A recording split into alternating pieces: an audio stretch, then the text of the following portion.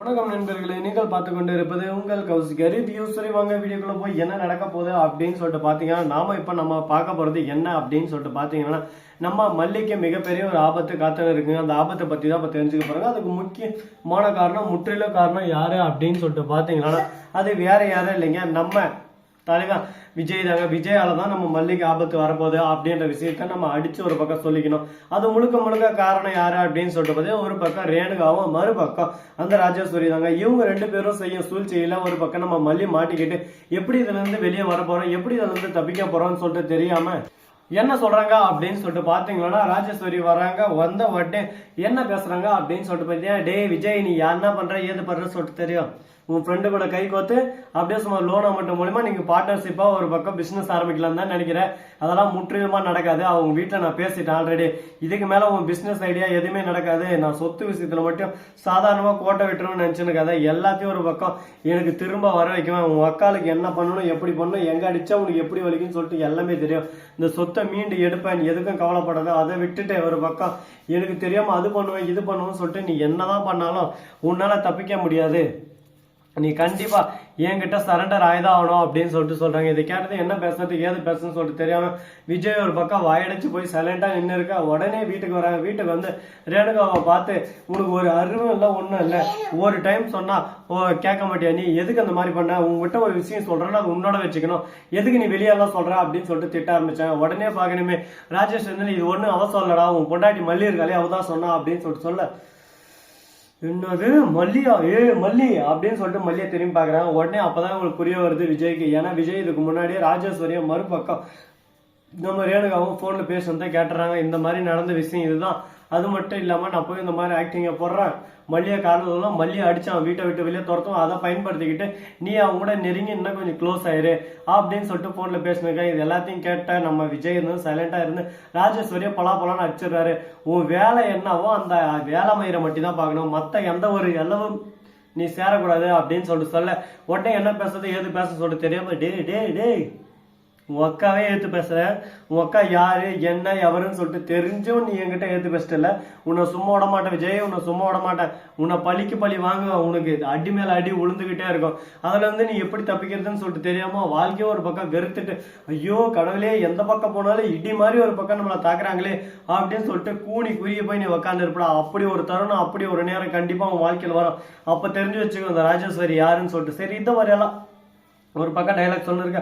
மறுபக்கம் நம்ம ரேணுகா வந்து, என்னடா இது, என்ன பண்ணாலும் ஏது பண்ணாலும் சொதைப்பேருது, நம்ம வாழ்க்கையில நமக்கு வெற்றியே கிடைக்காதா, ஐயோ கடவுளே நாம ஒண்ணு நினைச்சா இது ஒண்ணு நடக்குது, விஜய் கூட சேர்ந்து ஒரு வாழ்க்கையை வாழ்ந்துடலாம்னு சொல்லிட்டு பார்த்தா இவங்க என்னடானா என்னையும் விஜய் சேரோடாமே பண்ணிருக்காங்களே, இப்ப என்னதான் பண்றது, இப்படியே போனா இதுக்கு ஒரு முற்றிலும் இல்லை முடிவே இல்லையா அப்படின்னு சொல்லிட்டு கடவுளை வேண்டின்னு இருக்காங்க. என்னங்க பண்றது, யாரு இட்ட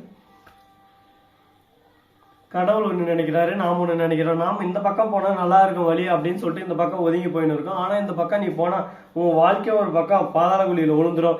இந்த பக்கம் போனால் ஒரு பக்கம் நெருப்பு குழி, அந்த பக்கம் போனால் நீர், இந்த பக்கம் போனால் நெருப்பு, எதை விழுந்து உன் உயிரை காப்பாற்றிக்குவேன் அப்படின்னு சொல்லிட்டு ஒரு பக்கம் கடவுள் ஆப்ஷன் மேலே ஆப்ஷன் கொடுத்துன்னே இருக்காரு. என்ன பண்ணுறது ஏது பண்ணுறதுன்னு சொல்லிட்டு தெரியாமல் எந்த வழியில் போனாலும் ஆபத்து தான், இங்கே உட்காந்துருந்தா எப்பா அப்படின்னு சொல்லிட்டு சைலண்டாக உட்காந்து இருக்கா. கொஞ்ச நேரத்துல மிக சிறந்த ஒரு விஷயம் நடக்குதுங்க. அது என்ன அப்படின்னு சொல்லிட்டு பார்த்தியா, ஜோன்னு மழை ஒரு பக்கம் நெருப்பு அவிஞ்சிருது. கடைசியில் அந்த இடத்துல இருந்து நம்ம தலைவன் தப்பிச்சு போயிடுறாரு. அது போலதாங்க வாழ்க்கையில நம்மளுக்கு சான்ஸ் கிடைக்கும். அந்த சான்ஸுக்கான நேரம் காலம் கொஞ்சம் இழுத்தடிக்கும். அந்த நேரத்தை நம்ம வெயிட் பண்ணி அந்த நேரத்துக்காக காத்திருக்கணும்.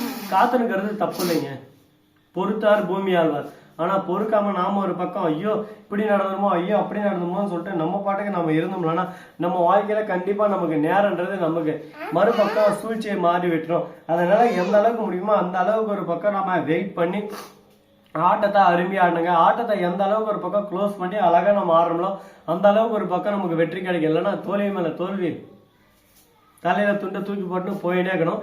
அதனால முடிஞ்ச வரைக்கும் முயற்சி உடையார் இகழ்ச்சி அடையார் என்ற மாதிரி வாழ்ந்தாதான் நம்ம ஜெயிக்க முடியும். ஸோ நண்பர்களே, இது மட்டும் இல்லாம மறுபக்கம் என்ன நடக்க போகுது ஏது நடக்க போகுது அப்படின்னு சொல்லிட்டு பாத்தீங்கன்னா இன்ட்ரெஸ்டிங்கான ஒரு விஷயம் நடந்திருக்குங்க. அது என்னடா விஷயம், அது என்னடா நடந்துச்சு அப்படின்னு சொல்லிட்டு பாத்தீங்கன்னா, கரெக்டா நம்ம வெண்பா குட்டி இருக்காங்களா, அவங்க தாங்க இந்த இடத்துலயும் அவங்க மிகப்பெரிய ஒரு விஷயத்த செஞ்சிருக்காங்க. ரேணுகாவை பார்த்தேன், உங்களுக்கு கொஞ்சம் கூட கூச்சோ வெக்காடாடு எதுவுமே இல்லையோ, எப்போ பத்து அப்படின்னு சொல்லிட்டு அழ ஆரம்பிக்கிறாங்க. ஏன்டா எதனால அப்படின்னு சொல்லிட்டு பாத்தீங்கன்னா, எப்போ பார்த்தாலும் எங்க அம்மாவுக்கு பிரச்சனை மேல பிரச்சனை குடஞ்சல கொடுத்துனே இருக்கீங்களே, என்னதான் உங்களுக்கு பிரச்சனை எங்கள் அம்மா சந்தோஷமாக இருக்கிறது உங்களுக்கு பிடிக்கலையா? நீங்கள் ஃபஸ்ட்டு இந்த வீட்டுக்கும் உங்களுக்கு எந்த சம்மந்தம் இல்லை. நீங்கள் ஒழுங்கு மரியாதை வீட்டை விட்டு போயிருங்க. நீங்கள் வந்ததுலேருந்து என் குடும்பத்தில் சந்தோஷமே போயிடுச்சு. நீங்கள் என் குடும்பத்துக்கே வந்துக்கூடாது, என் குடும்பத்துக்கே சாபக்கேடு அப்படி இப்படின்னு சொல்லிட்டு ரேணுகாவை பார்த்து கேட்க உடனே கோவம் வந்துடுது ஒரு பக்கம்.